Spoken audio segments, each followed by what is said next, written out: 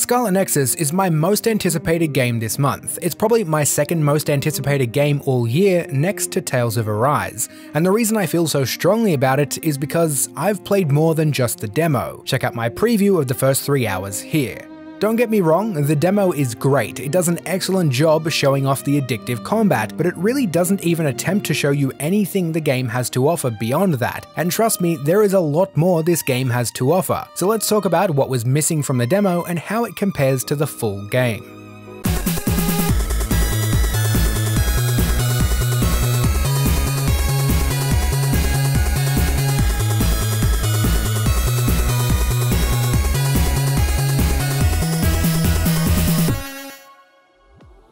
There is a lot of confusion out there surrounding what Scarlet Nexus actually is, and that is entirely predictable because, at a glance, this might look like some of the other anime action games that Bandai Namco have made. But make no mistake, Scarlet Nexus is not anime Monster Hunter like God Eater or anime Dark Souls like Code Vein. It's a proper story-driven JRPG. It's more or less a mainline Tales game in everything but the title.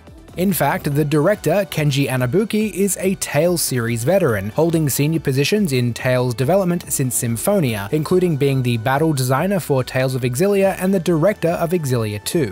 The Scarlet Nexus development team is newly formed specifically for this project, and it includes developers from the Tales series, God Eater series, Code Vein, and one of Bandai Namco's external support teams that usually helps companies like Nintendo with Super Smash Bros. The demo doesn't make any of this obvious though. I can see why people might be expecting this to be Code Vein 2.0, so let's start right at the beginning. The new game screen in the demo is accurate. This is exactly what I was greeted with in the full game, a choice between 2 characters and a short description of each of them. Once you select a character though, it starts to diverge. In the full game, you're treated to a cutscene which introduces the character you chose in the final stages of their OSF training before becoming a cadet. It shows a little of what they have to go through to get their powers and be a member of the OSF.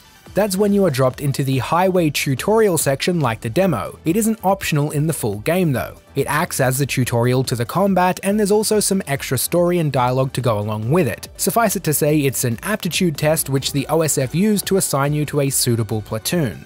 Now this is when it starts to get really different. In the demo, you are simply dropped into a section that is based on your first mission as an OSF cadet, but it's been customized to show off more of the combat system than you actually have access to at this point in the game. The biggest difference though is that this section in the full game doesn't happen for a good 40 to 50 minutes after the initial tutorial. In the full game, you get more story, you start being introduced to some of the characters, you learn about some of the systems in the game like brain messages and the brain map, you get to explore the first major city, and you'll have the opportunity to do a few different things as you follow the main story path. It's actually quite an eventful part of the game that shows off a lot more of what Scarlet Nexus is about than the demo does.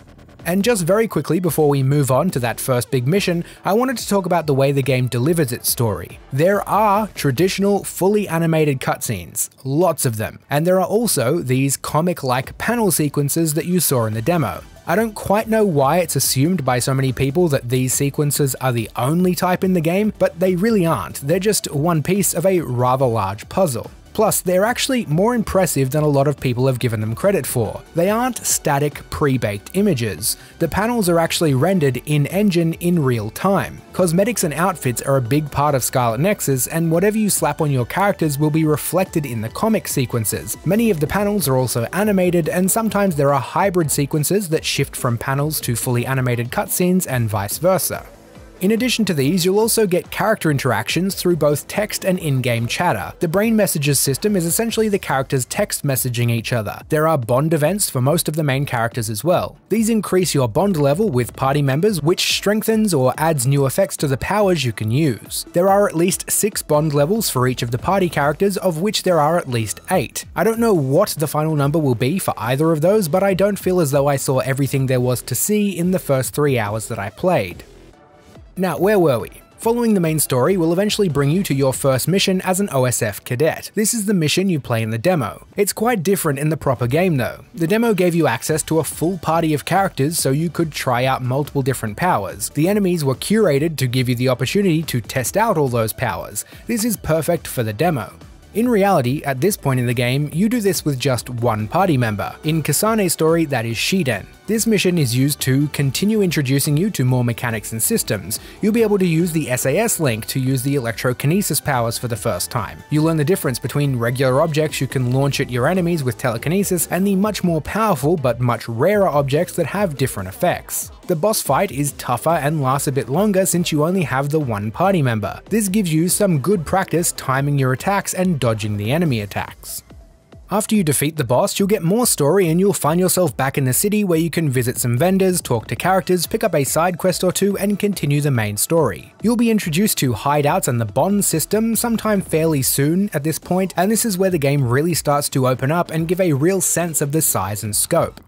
A couple of other worthwhile things to mention are that there is more variety in the environments than you might think. They've only shown off a small number of environments in the trailers and the demo, but there was at least one area in the first 3 hours that I played that they haven't shown off yet, and it is completely unlike anything you've seen so far.